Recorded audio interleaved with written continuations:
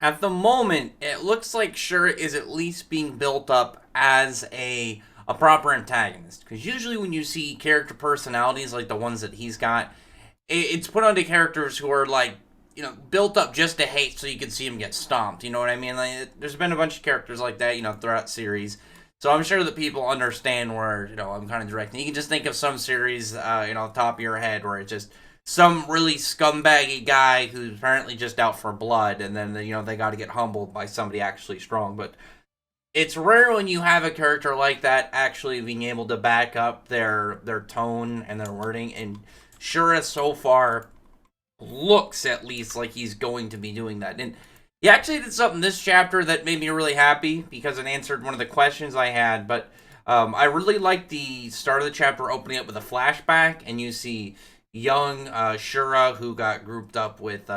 He's hanging out with Ziggy essentially. Ziggy is talking to him, and he's seems to have a level of handling of the gravity ether, like that we know of. That we know he learned the Satan gravity from Ziggy, which makes sense, obviously, of why all the connections so far have said like he's got the whole Satan gravity and whatnot and everything. That question set up since that reveal has been like, how is he gonna play into what's going on with Shiki though? Like how is his having learned his ether gear from Ziggy translate into like how he's going to interact with Shiki? Is it just going to be that they both had the same teacher, or is there maybe going to be some form of almost rivalry between them because they both learned from the same person? I don't know, but either way, I was happy to see the flashback when we see that he's not of the same like bloodline at all from Nero. I figured that Nero was going to be his dad, but it'd be like because of maybe having a human parent, he looks like that, and maybe it could result in him having like a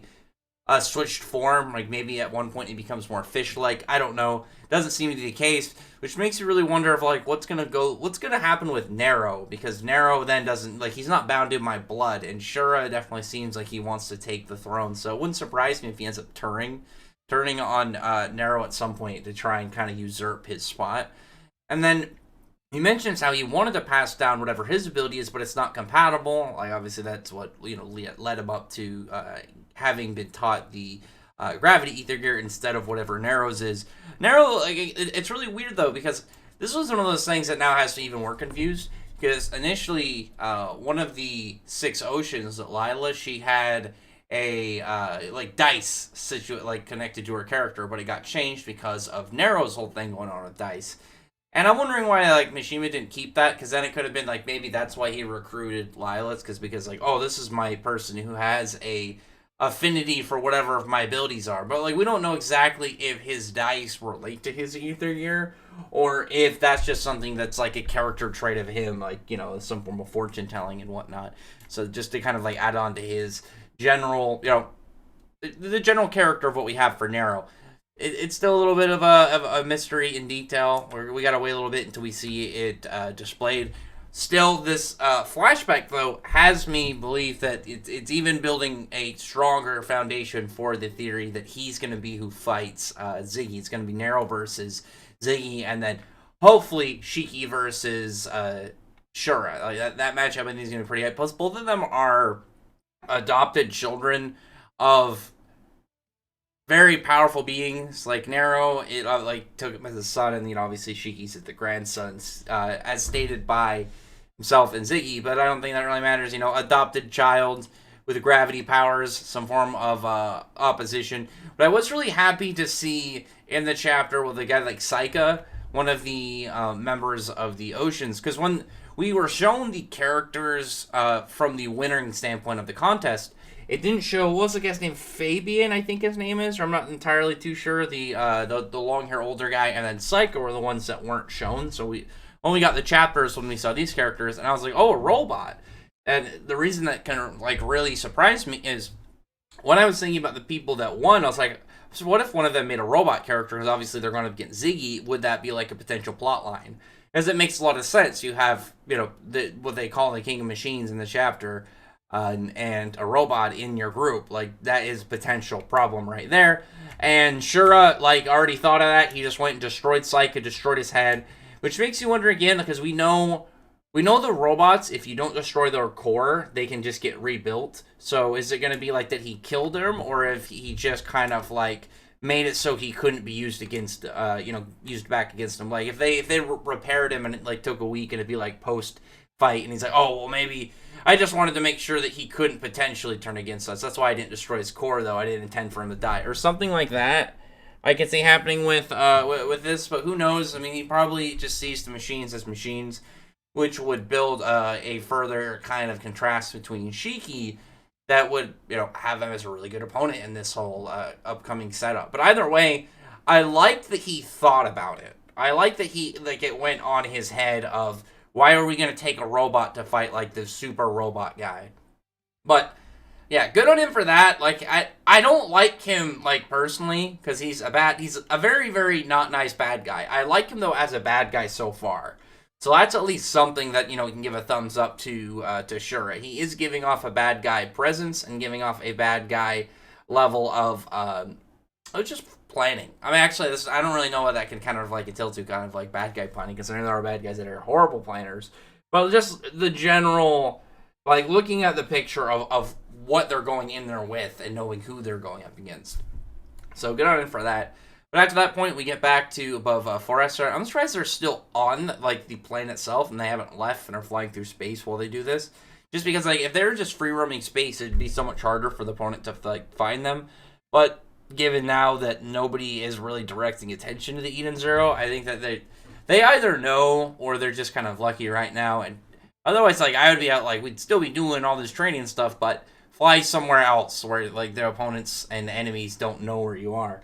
But the characters are all just doing their thing, practicing. I like seeing Homura in the is it a gi, I think, but I really enjoyed that just general setup of like everybody in their workout stuff. You have Rebecca, who looks like she's in just normal workout attire, and Wise is not prepared for it at all. He's just wearing like, I mean, it's more like a hoodie rather than like a sweatshirt or anything. He doesn't look like he showed up to work out. He looks like he just, they caught him at a time where it was just normal clothing, and he didn't know what to really kind of switch into.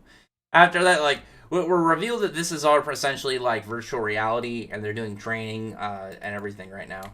And they have 7 days to do all their training, because in 7 days, Xenolith's like systems are gonna have like maintenance, and who knows how long it's gonna take. Even says that it's gonna be longer than normal.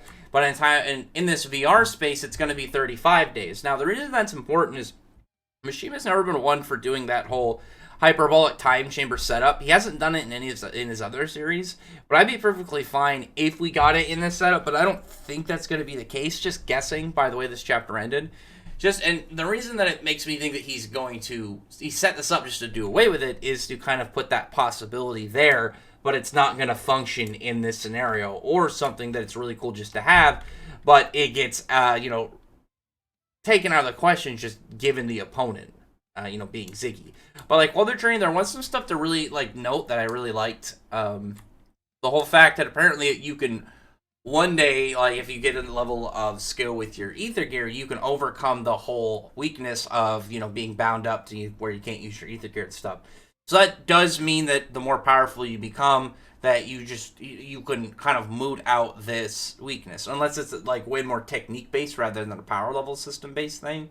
I think that's pretty cool, just because people are still going to have their own individual weaknesses, but when you have your own set power weakness, it's important to display it if it's consistently going to be a thing, or if it's overcome, or if, you just can, like, you can kind of just eventually overcome it. It's like the gap, like, to compare it, like, if in Eden Zero, you had Ziggy, and it's like all you have to do is bind him, or Drac and Joe, or any of them. It's like all you have to really do is figure out a way to tie him up. But once you get to certain power level standpoints, it's just like, why even bother with that? It's not going to do anything.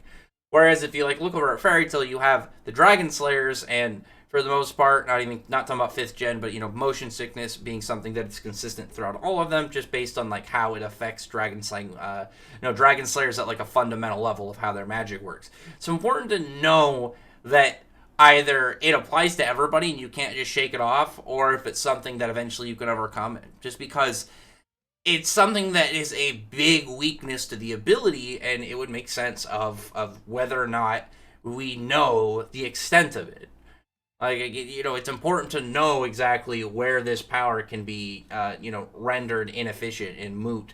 and we know what it was because we were shown like being tied up to a degree. We don't know exactly like the full extent. I still personally think it's like wherever ether gear stems from. If it's like tied up, it just messes with the flow and redirection of how ether gear like affects the ether in your body. But um, I think it's important just to know whether or not that was going to always be a thing or if it's something that could be overcome. But anyway, after that point, we have Clean show up. We have Self, and she enters the fray like to train, and I enjoyed that. If she's going, and I mentioned that if she's going to not have her whole dead personality, but has like a very high energy, like in the way that she kind of presents herself in, you know what I mean? The way that she was, you can tell that she was this happier, smilier girl, but because of her backstory, she had like just dead emotion faces. But I knew that if Mishima was going to not keep that like deadpan like thing to her character, he had to make her very fun just to have in general. And I liked the general interactions that we had following that. Like Shiki was happy to see her because she said that she and her brother want to join the crew, and he zooms over happy that he gets to have a new friend in their crew. Gets stopped by Jin, and he's like, oh, she only said as a member of the crew, and she's like, that means we're friends though, right? And Jin smiled. I thought that was a really nice moment just for them, like all of them, just to have them fully initiated in the crew. Didn't have to be anything crazy. I just liked that there was a moment for it and it wasn't just glossed over. But after that, they're talking about like being bound up and trying to overcome the weakness, like I mentioned. And Rebecca and Wise are the ones that thinking about more in like a loot sense, where everyone else is more like thinking about just the general training. Like Sylph though thinks it sounds fun, and Jin's like, "Why? What? How does that feel like fun to you?" And then like just further stuff like Why's wanting it to be more of like a lewd thing, and then he's the only one that gets tied up in like a some form of like erotic position. I thought that was pretty funny, and they're having all of their the pieces thrown at them like these cubes, while Xenolith is trying to get them to hopefully overcome their weakness. And I'm guessing it's way more of a technique based thing.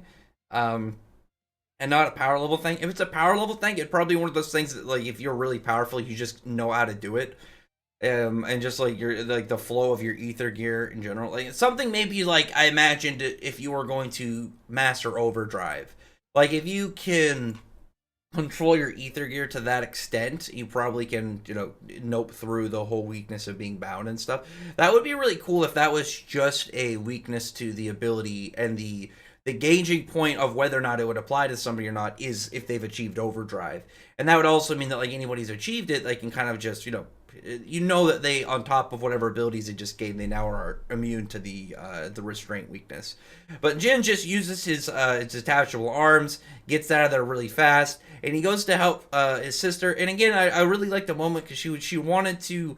She didn't want him to help him. She wanted to train like everyone else, and he had like a very happy moment, like he was moved by her determination. I like that a lot. I thought that was a really just nice back and forth between the two of them. And then at the end of the chapter, there's a note from Herma of like there's an illegal VR access, and out from Xenolith is come Ziggy like forming into this VR space. And the reason I mentioned that Mishima is known to not really do the whole accelerated time training chamber thing before, because in Fairy Tail there was a part where they went to the Celestial Spirit World and they thought that it was going to be like that. They're like, oh, time passes differently here. But in reality, it's like a day there is 90 days in like the normal world. So it's just time just way faster on the outside. So it does the opposite effect. You lose time in the real world. So training there is a horrible idea. But it's like it's set up to where you have this training scape where you have like the hyperbolic chamber-esque setup, but they can't use it because of Ziggy. As Ziggy is just like he can just get in there and cause trouble. Who knows exactly where this part is gonna go? Otherwise, like I'm fine with it having like again like that time chamber-esque, training cheat to it, because it's only 8 times more. When you think about the amount, they said okay, you have 7 days, but in here it'll feel like 35. So the extent of where that goes, I'm wondering if it's going to involve power levels, but it's in a virtual space, so maybe it'll be more towards your technique and less your general power level. Or the other option is that it's going to Like it's gonna be rendered pointless, like like for at least an extended period of time if Ziggy could just get in and out and cause trouble. But if they do have it, like I said, it's only 8 times, because the thing about the hyperbolic time chamber is ridiculous. It's like one day is a year. So legitimately, it's like, why don't they just use that way more? Like if you have 7 days turn it into 35 days, that's at least something.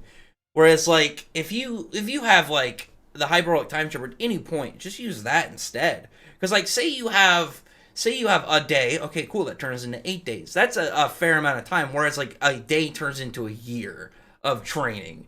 Like imagine if they could achieve like the level of power boost that they get like from the 1 year training gaps. Like imagine like what they got from going from Tartaros into Alvarez if in Fairy Tail, if they could just do that in Eden Zero regularly. Like a year can be very big for a time skip training arc period. So just 8 times I think is a much more balanced general area. I'm much happier with that if it does kind of become like a reoccurring thing. Because I think it was oh my god, I think it was Najima. I think theirs was like 1 day is 10 days or something. So it's like when you get down to a much lower level, it just seems way more less strenuous to have in the story and then just not used. Like it's really weird to me they don't use the hyperbolic time chamber more in Dragon Ball. Whereas like here it could be easily seen of like it's very situational. You're not actually there. It's in a virtual space, so during that time your body is still vulnerable. In fact, it's more vulnerable because like if you take down the people guarding it, you're able to get an attack on them while they're in this virtual machine, then you might be able to defeat them. It's way more balanced in general. I think this is the better way to have it set up. It's way more better for like the progression of the story going beyond this with the way that it is set up versus where I think that anything close to the extent the hyperbolic time chamber kind of like created. That's the best one to use because like everybody knows it and like it's so easy to kind of get the idea of how much time you're kind of cheating and just the obvious 1 day is 1 year. Like it's such a simple one by one comparison to where you're just like, yeah, that's like a huge thing that I'm surprised they don't exploit more. But anyway, I mean, also on top of that, like you can defeat the setup of like their VR space if you just did like an EMP or did something like that, or in the case of Ziggy, hack into it. But other than that, though, comment below. Tell me your thoughts on this chapter. I thought this was pretty good. I liked where like the things are getting set up and things are progressing. I like what the characters are doing, and it was a really nice kind of like half between setup and because I guess really like two setups because I was gonna kind of compare them both differently, but it's like a setup. They just set up something with Ziggy, and then obviously like Shura's gonna go after the actual Ziggy. I don't think Shura's gonna really handle himself. I think he's gonna get his ass kicked and have to go home, but it's the other characters I'm really interested to see perform, like the Oceans and the Four Dark Stars. But anyway, also because I feel like Ziggy's gonna have to end up getting more than just the Dark Stars, like making more members of his group. Anyway, other than that, though, comment below. Tell me your thoughts are about this, and tell me your thoughts about like what's to come up in this arc, and really where you feel like things are really kind of getting directed at. Because now that nobody's really aiming at the Eden Zero, I'm curious to know how the Eden Zero is going to get kind of back into the just the fray of things, get back into the crazier stuff right now. Because they're all focusing on Nero and Shura and Ziggy and stuff and Elsie and like even Justice is going around. They're getting ready to do their own thing. Nobody is targeting the Eden Zero crew, so it's like they have a really good position to train peacefully. But it's like, what? How are they going to get back into stuff? Like maybe it's going to be the fact they're going after Ziggy that is what ties, gets them re-scrambled into the whole mix of things. But anyway, other than that though, comment below, tell me your thoughts about this chapter, and tell me your thoughts about what's going up, and I really appreciate you thumbs up the video, friend the like button, subscribe button, and check out my other videos. Further than that, I appreciate everybody's already subscribed, and thank you all for listening. Bye.